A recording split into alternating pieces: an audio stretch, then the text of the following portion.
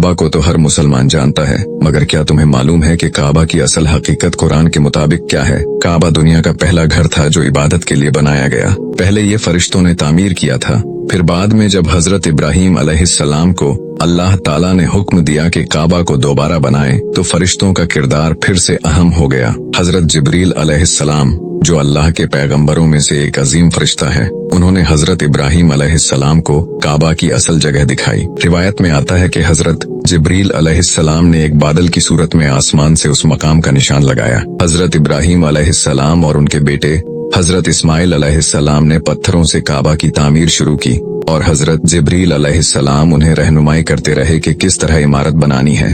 हजर अस्वद, जो जन्नत से आया था, फरिश्तों के जरिए ही काबा तक पहुंचाया गया। हजरत जिब्रील अलैहिस्सलाम ने ये पत्थर हजरत इब्राहीम अलैहिस्सलाम के हाथों में दिया ताकि वो इसे काबा के कोने में लगा दें। जब इमारत ऊंची होती गई तो हजरत